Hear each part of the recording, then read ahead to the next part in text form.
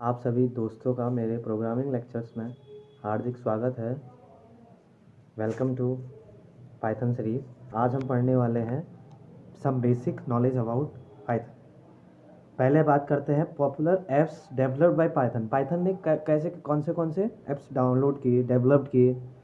YouTube YouTube में कुछ चीज़ें हैं जो पाइथन से बनी हैं। गूगल में, कोयरा में, नेटफ्लिक्स में, ड्रॉप बॉक्स तो पूरा ही इससे ही बना है, पाइथन से। इंस्टाग्राम और भी बहुत चीज़ें हैं, जैसे आप गेम खेलते हैं पबजी। पबजी भी पाइथन बेस्ड ही है। पबजी भी ये ऐप गेम्स में आता है बेसिकली, वो भी पाइथन से ही बना है। तो यूट्यूब, गूगल, कोरा, नेटफ्लिक्स, ड्रॉप बॉक्स, इंस्टाग्राम भी मैंने कुछ लिए हैं जो डेली नीड्स में आप यूज़ करते होंगे। और भी बहुत सारे हैं। तो ये ऐप डेवलप्ड, यहाँ से डेवलप कुछ चीज़ें उन्होंने इम्प्लीमेंट की है इसमें। यूट्यूब ये पाइथन से कुछ इम्प्लीमेंट करके ये चीज़ें, ये ऐप्स तुम्हें प्रोवाइड किए हैं। ऑर्गेनाइजेशन में बात करते हैं। मैंने कुछ 3 ऑर्गेनाइजेशन ली है। पहली बात करते हैं नासा पे। NASA, national aeronautics and space administration.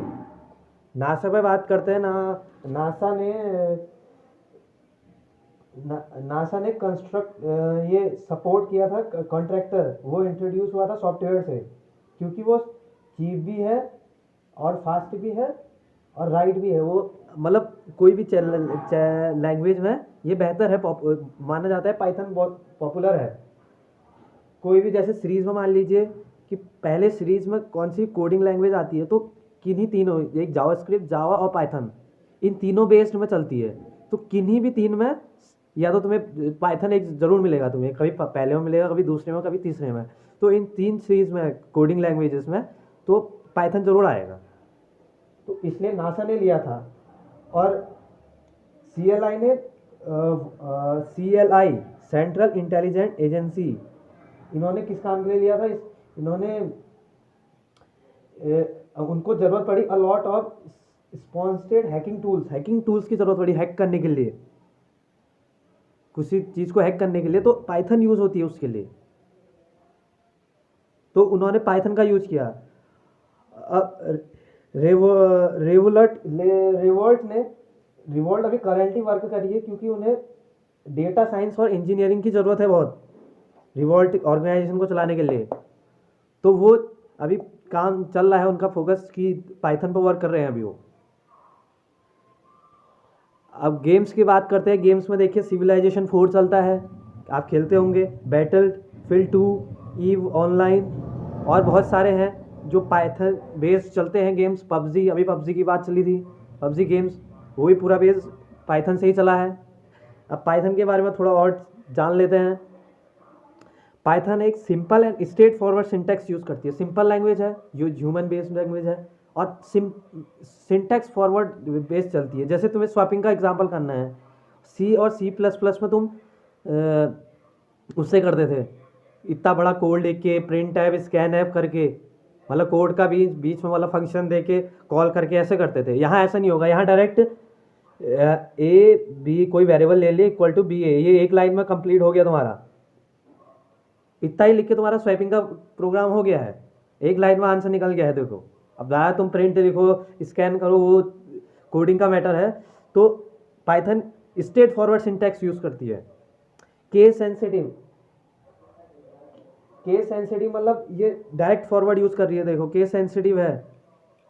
Dynamically typed, ये रन टाइम पे, एग्जीक्यूशन टाइम पे वो मेमोरी प्रोवाइड करती है, एलोकेट मेमोरी करती है रन टाइम पे। तो डायनेमिकली वो वैल्यू से पता चलता है उसके वेरिएबल। इसमें INT नाम की चीज़ है, मतलब INT इंटीजर है, डेटा टाइप्स हैं, तो वो खुद ही है उनके पास पाइथन के बाद। इसमें हमें लिखने की नहीं ज़रूरत पड़ती है कि जैसे हम सी में लिखते थे INT A = 5, यहाँ ऐसे लिखने की ज़रूरत नहीं है। यहाँ A ले लिया वेरिएबल 5, इतना ही लिखो चल जाएगा, वो मान लेगा। यहाँ एरर देगा तुम्हें सी में, क्योंकि तुमने वेरिएबल नहीं लिया करके, मतलब डेटा टाइप नहीं लिया करके। यहाँ वैल्यू के बेस पर चलता है, जिस टाइप की वैल्यू होगी उस टाइप का तुम्हें मेमोरी एलोकेट होगी, यहाँ इंटीजर टाइप वैल्यू ली है या फ्लोट टाइप वैल्यू ली है, करेक्टर टाइप वैल्यू ली है, इमेज ली गई, स्ट्रिंग टाइप ली है, तो स्ट्रिंग टाइप तुम्हारा मेमोरी एलोकेट होगी। वहाँ हमें सी और C++ में हमें डेटा बेस से पता चलता था, डेटा टाइप से। हाई लेवल लैंग्वेज है, हाई लेवल लैंग्वेज मतलब human based language. High level language हमने फंडामेंटल्स पढ़ी होगी आपने कि हाई लेवल लैंग्वेज होती है तुम्हारी ये ह्यूमन लैंग्वेज, और इसमें मशीन लेवल लैंग्वेज नहीं चलती है। इंडेंटेशन बेस्ड मतलब इसमें हमें वो कर्ली ब्रेसेस लगाते थे हम सी में, ये स्टार्ट करने के लिए, बंद करने के लिए। इसमें ऐसी ज़रूरत नहीं है हमें। पाइथन में अभी ये वो चलाता ही नहीं है, इसको एरर मान देगा तुम्हारा क्यों लगा रखा है। No need to declare variable, हमें वेरिएबल की ज़रूरत नहीं पड़ती इसमें।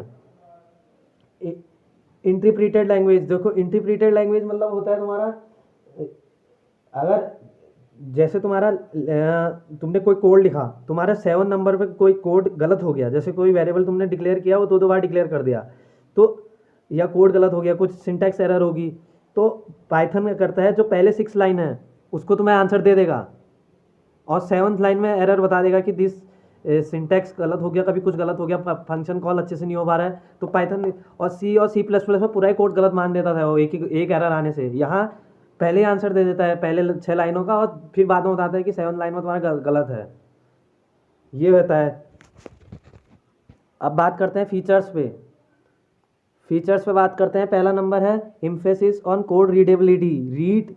हम अच्छे से रीड करें, बार बार रीड करें, तो ये एम्फेसिस करता है। मतलब हम इसके बारे में पढ़ेंगे पाइथन में आगे को, कि कोड के अंदर जैसे फॉर लूप चल रहा है वो कैसे चल रहा है, अंदर कैसे चल रहा है, वो पढ़ेंगे हम इसमें। वो कोड रीडेबिलिटी में आता है। ऑटोमेटिक मेमोरी मैनेजमेंट, ये अपने मन से मेमोरी एलोकेट कर देता है रन टाइम पे, हमें कोई डेटा टाइप लगाने की ज़रूरत ही नहीं है।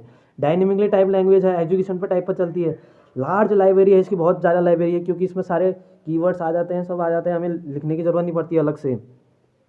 मल्टी पैराडिज़ाइम लैंग्वेज, पैराडिग्म लैंग्वेज मतलब इसमें हम सारे कॉन्सेप्ट लगा देते हैं। क्लास, जैसे ओप्स में लगता था क्लास, ऑब्जेक्ट बनाते थे, इसमें वो भी यूज़ होता है। अगर तुम्हारा प्रोसीजर ओरिएंटेड लैंग्वेज है, सी में चल रहा है, तो वो भी बना देगा। ये मल्टी पैराडिज़ाइन लैंग्वेज है, तभी तो बहुत सारे आज कोडिंग में माना जाना है पाइथन।